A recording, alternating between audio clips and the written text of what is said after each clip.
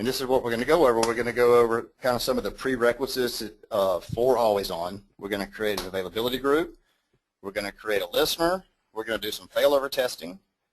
We're going to set up the read-only routing tables. We're going to do a read-only routing test. And then I'm just going to give you a quick look around the failover cluster manager, or the old cluster administrator, just to kind of show you as you create things what gets created in the cluster manager as well. So I'm going to switch over to a virtual or several virtual machines. Give me 1 second, please.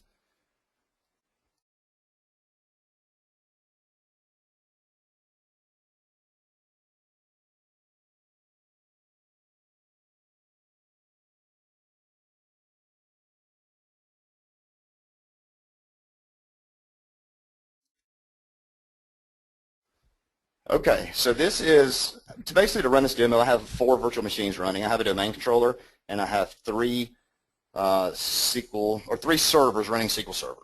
So basically four computers. And right now, there's no availability group set up. I just want to kind of show you what cluster administrator looks like right now. There's no services or applications. There's no shared storage. There is 3 nodes. So this is a Windows Server failover cluster at this point. It's not a SQL cluster. All 3 of my SQL servers are standalone SQL installs. They're not cluster installs. So if they were cluster installs, they would require shared storage. So that's just how this looks right now. I just wanted to point that out. Also, if you want to use the always-on functionality through the SQL Server Configuration Manager, you'll notice a new property called always on high availability, and you have to make sure that it's enabled. When I enabled this, it automatically detected the cluster, because I already had a Windows cluster out there with 3 nodes in it, so it detected the cluster name and put it in here for me. So this is another prerequisite to using always on, is to make sure this is set in your SQL Server properties.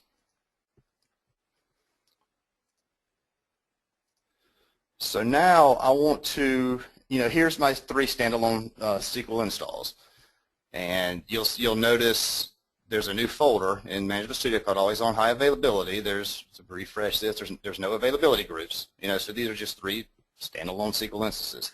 So the way that we'll look at it in wizard form as well as script form. So to create a new availability group, you can either right-click on Always on High Availability or Availability Groups and say New Availability Group Wizard. So that's going to bring us to a wizard walkthrough. We've got to give it a name. So I'm calling it Availability Group 1. And it says, okay, what databases do you want to be part of this availability group? So say I have this data warehouse and I also have this configuration database, and both of those need to be together to make my application function. So, I want to choose both. Now, when it says meets prerequisites, the prerequisites for a database to be used in availability group are, it has to be in full recovery mode, and it has to have had at least 1 full backup and 1 transaction-like backup. Now, those are the only 2 requirements that I'm aware of that would make this not say meets prerequisites. So I'm going to check both these databases. So now this is saying, okay, here's all my replicas. You've already told me you're creating this on SQL 1. This initial role is going to be a primary. So I want to add SQL 2 and add SQL 3. So it's that easy, just to add 2 replicas right there. I can only set 2 for automatic failover. If I go to select this one, it won't check. I can do 3 for synchronous commit. So this, for the demo purposes, this is the scenario I'm going to go with. I'm going to have these 2 set to automatic failover, which automatic failover doesn't matter for the demo purposes because we're always going to be forcing a failover. The synchronous commit does matter because then you're eliminating the risk of data loss. If one of these are asynchronous and you went to failover, it would actually throw up a warning and say, hey, make you check a box that says you acknowledge that you accept the risk of data loss. And it'll actually do a failover force allow data loss instead of just a failover.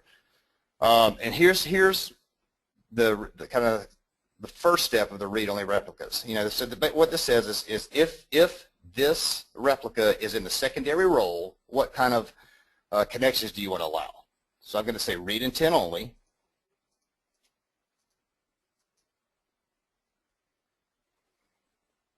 Endpoints. Endpoints, you can notice, are already filled in for you.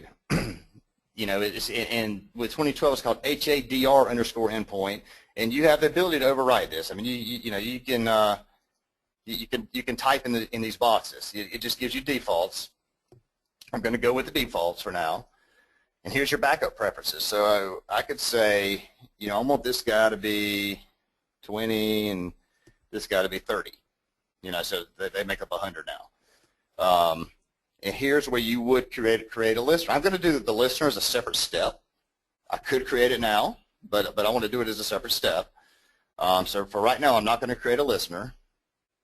Now this says, how do you want to initialize these? You know, with mirroring, you had the ability to let it do a backup, copy over the wire, and restore to seed your secondary database.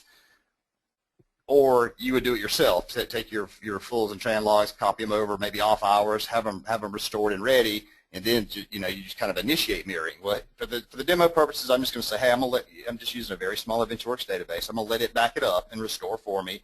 This just has to be a share that all the nodes have access to. So I've created a share, given the service account access to this share, and that's what we're going to use for the demo. So it'll go through and perform some checks, you know, and you notice it through a warning. It says, hey, you didn't configure a listener. Well, I know that, and I'm fine with that. I'm going to do it later. But if something were to go wrong, like the share network location, if it wasn't a share that everybody could access, it goes through all the checks and balances for you. So that's kind of nice. I'm going to shoot this out to a query window so we can look at it, but I'm going to run it here, and if you get the more details, you can see what it's doing. There is a built-in extended event for always on that comes with your SQL install. It's turned off by default. One of the first things it does if you're creating availability groups is it turns it on, so you can actually get more insight into some of this stuff. It creates availability groups. It adds replicas. It does backups and restores for you, and it goes through this whole list. There's a warning on my WSFC quorum. I'm not a server admin. I did the best I could to get a quorum built. It's just a warning. It's not going to stop anything. So there, it finished. And you can see all these last steps. It was doing restores. So it was restore, and then join. Restore, join. So once it did all the backups and restores, then it joined to the availability group.